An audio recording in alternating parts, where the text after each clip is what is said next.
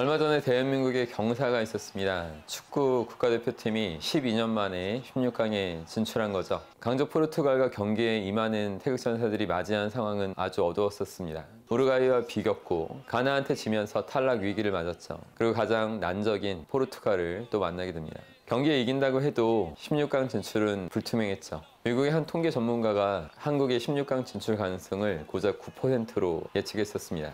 이는 4개 팀 중에 최하위죠. 하지만 대한민국이 가진 저력은 확률 따위로 가늠할 수 있는 영역이 아니었습니다. 선수들은 국민의 뜨거운 응원에 보답하듯 필승의 신념으로 마지막까지 최선을 다했습니다. 특히 두 번째 골은 손흥민이 후반 추가 시간에 스프린트로 수비수를 제치고 황희찬 선수가 깔끔하게 마무리 지은 아주 그림 같은 장면이었죠. 멘탈이 너무나 강한 태극전사들에게 객관적인 열세와 낮은 확률은 문제가 되지 않았습니다. 만약 여러분이 인생에서 성공할 확률이 9%라고 하면 어떤 기분이 들까요? 노력해봤자 의미 없다는 생각이 들 수도 있어요. 실제로 한국이 포르투갈을 이겼지만 마지막까지 우루과이와 가나의 경기 결과를 기다려야 할 만큼 운적인 요소도 있었습니다. 하지만 마지막 순간까지 최선을 다한 자에게 운도 따라오는 법입니다. 저 역시 어릴 때 주변 어른들한테 불가능하다는 말을 숱하게 들었지만 그들의 저주와 같은 부정암시에 귀 기울이지 않았어요. 낙타가 바늘구멍에 들어갈 정도의 낮은 확률일지라도 사명감과 신념을 가지고 일을 해왔습니다.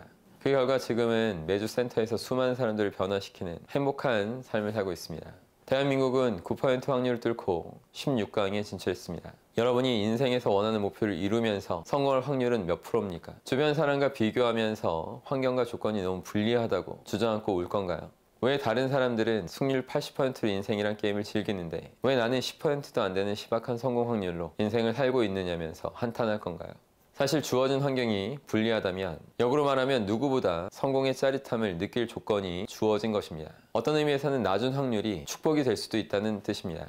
왜 많은 사람들이 축구에 열광할까요? 거기에는 반전이 있기 때문입니다. 객관적인 연습을 듣고 9%라는 희박한 확률을 극복했기 때문에 대한민국 16강 드라마가 사람들을 열광시킬 수 있는 겁니다. 반전이 없는 인생은 시시하고 지루할 뿐이에요. 만약 어떤 팀이 100% 승리할 거라 예측되고 예측대로 모든 경기가 흘러간다면 그건 스포츠도 아니고 그 누구도 그런 팀을 응원할 이유도 없을 겁니다. 여러분에게 주어진 환경과 조건이 유리하지 않다면 반전을 일으켜서 더 많은 사람들을 팬으로 사로잡을 수 있는 절호의 기회입니다. 태극전사가 해낸 것처럼 대한민국 국민도 같은 DNA를 공유하고 있기 때문에 나도 할 수 있다 라고 강력하게 믿으시기 바랍니다. 대한민국에는 과거부터 암울한 상황에서도 절대 굴하지 않는 강한 정신의 맥이 이어져 오고 있습니다. 이순신 장군님이 12척의 배로 130척의 일본 수군에 맞섰을 때 도대체 우리에게 있었던 그 승률이 몇 %였을까요? 확률이 희박하다고 좌절하셨을까요? 절대 그렇지 않습니다. 이순신 장군님은 최악의 여건 속에서도 국민을 보호하겠다는 그 일념으로 기적과 같은 승리를 쟁취하신 겁니다. 확률보다 확신으로 살아가시기 바랍니다. 아무리 확률이 낮아도 일에 대한 사명이 있다면 불같이 뛰어 들어갈 수 있는 자세가 나오죠. 매사에 계산적인 사람은 인생에서 작은 승리만 거둡니다. 반면에 거대한 승리를 거둔 사람은 낮은 확률이라 할지라도 거기서 사명감을 갖고 도전합니다. 소위 기적이라고 불리는 놀라운 성과는 이 지점에서 탄생하죠. 대부분 사람이 안 될 것 같다면서 지레 겁먹고 포기하기 때문에 이걸 극복한 영웅한테 모든 찬사와 박수가 돌아가는 것입니다. 왜 확률보다 확신으로 살아야 하는지 한 가지 이야기를 더 들려드릴게요. 대한민국에서 최초로 열린 88년 올림픽을 기억하실 것입니다. 당시 한국은 아프리카 오지 정도로 취급받던 나라였어요. 그런 나라에서 올림픽이라는 세계인의 축제를 개최한다는 건 정말 기적 같은 일이었을 겁니다. 1979년 정부는 제24회 올림픽을 서울에서 유치하겠다는 방침을 발표합니다. 하지만 당시 총리도 똑같이 개최를 노리고 있었던 나고야를 제치는 것은 불가능하고 만에 하나 유치하더라도 올림픽 때문에 나라 경제가 파탄날 것이라는 위기론을 내놨어요.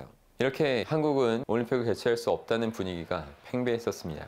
세계 IOC 위원 82표 중에 과반수를 받아야지만 개최할 수 있는데 처음에 대한민국의 예상 득표수는 단지 3표였어요. 그야말로 진퇴양난의 상황이었고 어떤 누구도 정말 가능하다고 생각하지 못했던 겁니다. 하지만 정주영 회장님은 다르셨죠. 올림픽이 개최되면 대한민국에 어떤 긍정적인 변화가 일어날지를 제대로 예측했고 모든 노력과 지원을 쏟아붓기로 결정하십니다.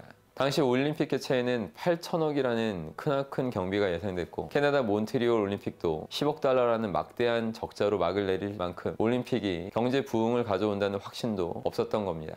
이렇게 보면 개최의 의미를 전혀 찾을 수 없었겠지만 정정용 회장님은 모든 일은 인간이 계획하는 데 달려 있다라고 믿으셨고 유치를 못하는 것이 바보지 유치만 하면 국가 형편에 맞게 적자가 나지 않도록 개최할 수 있다라고 생각했습니다. 당시 IOC 총회가 열리는 호텔 로비에 홍보관이 있었는데 일본의 나고야는 당연히 이길 거라고 생각했기 때문에 사진 몇 장 정도만 걸어뒀죠. 당시 한국은 미스 코리아들과 스튜디오스들한테 한복을 입혀서 IOC 위원들을 친절히 안내했고 한국 고유의 전통 문양이 담긴 부채와 인형들을 선물하면서 사람들의 마음을 사로잡기 시작합니다. 또한 중동과 아프리카 IOC 위원들은 집중적으로 공략했어요. 당시 중동 위원들은 현대건설에 대해서 익히 알고 있었기 때문에 정정용 회장님은 이 점을 10분 활용하면서 이렇게 말씀하셨죠. 우리나라의 일개 사업가도 일을 맡으면 이렇게 신용과 책임을 지키는데 국가가 책임지는 올림픽입니다. 전혀 걱정할 필요가 없습니다. 당신들도 언젠가는 올림픽을 개최해야 할 거 아닙니까? 개발도상국도 올림픽을 훌륭하게 치를 수 있다는 것을 보여주는 것이 여러분들한테도 아주 중요합니다. 중동 위원들은 이 말에 크게 공감했죠. 또한 나고야는 IOC 위원 부부에게 최고급 일제 시계를 선물했지만 한국은 정정용 회장님의 이름으로 IOC 위원들에게 꽃바구니를 선물했습니다. 특히 각국 IOC 위원의 부인들이 꽃을 받고 크게 기뻐했죠. 부인이 기뻐하는 모습을 본 남편도 덩달아 해목해졌고요. IOC 총회 청문회에서는 철저하게 준비된 15분짜리 한국 소개 영상을 상영했고 한국을 아프리카 오지 정도로만 알고 있었던 사람들한테 신선한 충격을 안겨줬습니다. 저기가 서울이야? 도쿄나 LA와 다를 바 없는 거 아닌가? 이런 소리가 단상까지 들릴 정도로 탄성을 자아내는 프레젠테이션이었습니다. 이렇게 노력의 노력을 다한 결과 누구도 예상치 못하게 52대 27로 서울이 나고야를 제치고 88년 올림픽 개최지로 확정됩니다. 이게 바로 민족의 자긍심을 높였던 88 올림픽의 비하인드 스토리입니다. 아무리 낮은 확률이라도 100% 확신을 갖고 도전하는 사람한테 이렇게 기회의 문이 열리는 법입니다. 대한민국 축구 대표팀이 16강을 진출한 것은 9% 확률이 아닌 100% 확신으로 경기에 임했기 때문입니다. 여러분도 마찬가지로 100% 확신으로 인생을 멋있게 살아가시기 바랍니다.